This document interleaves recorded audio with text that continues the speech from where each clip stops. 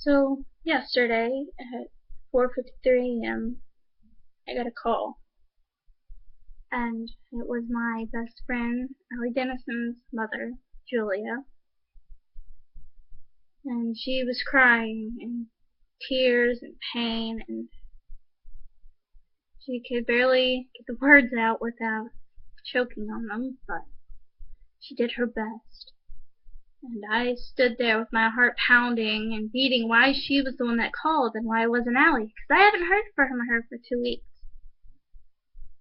That's when Julia told me Allie had passed away. 4:32 a.m.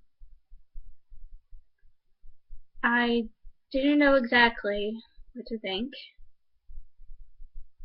but I just broke down crying. I couldn't breathe. It felt like my heart had just stopped, and there was nothing left for me to say. But I told her, okay. And I wish I hadn't. I wish I had said something more, saying, what could I do to help? But I was scared at the time, so I hung up the phone and I cried. I was going to school that day, and I couldn't even bear to go to school, but I knew I had to. I talked to my friends and my teachers, but I couldn't get a single word out. To know that I had to go to school thinking that my best friend, Alley Danisen, died that morning. I've known her from pre-K to 7th grade, and we've been through everything together. We've been through boys, fights, drama, but it's what made friends friends. She and I would text every day, Skype every day, call every day. And when I was little, I knew she had a heart disease, but I didn't know that it was a serious case, as it came out to be. She was getting treated at home, and she would have to take medicine every day. But I was able to see her. She and I were able to hang out, but I hadn't heard from her for 2 weeks. So yesterday, 4:32 a.m., I lost my best friend.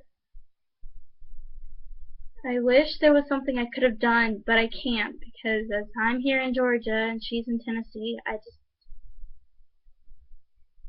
don't know what I can do.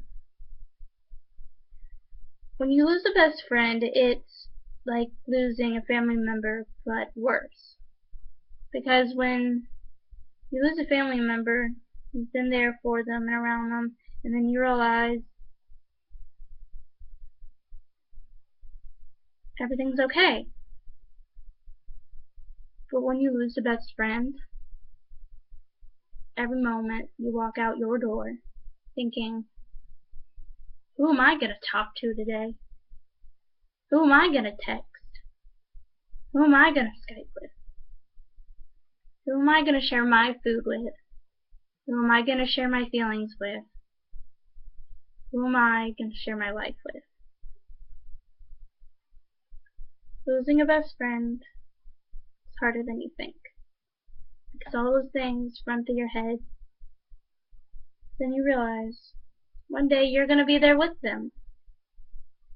Doesn't matter where, as long as you're with them. That's what really counts. She had a rare heart disease. I don't remember what it was called, but I didn't think much of it, and I wish I had. I told her I loved her every day, because that's the kind of friendship we had, where it doesn't matter how much we fight, we are still there for each other. And the fact that I had to get that call, I wish I had something different. I wish it was just a call saying, oh, we're going to come visit you for Christmas, or hey, You want to come and move up here with us? She and I made life plans together. We planned to move down to Florida together, and we would go to college and spend our lives like there, like roommates. I was gonna go to her wedding, and she would go to mine. The fact that that is all over, probably the most heartbreaking thing, because you've put your life in your best friend's hands. Your best friend put their life in your hands. And when they just leave or die, in this case, it makes me feel like I've done something wrong. But I know as long as I was there for her, and she was there for me, things were okay. I'm gonna pray at night. I'm gonna ask God, will you please keep Alley Danisen?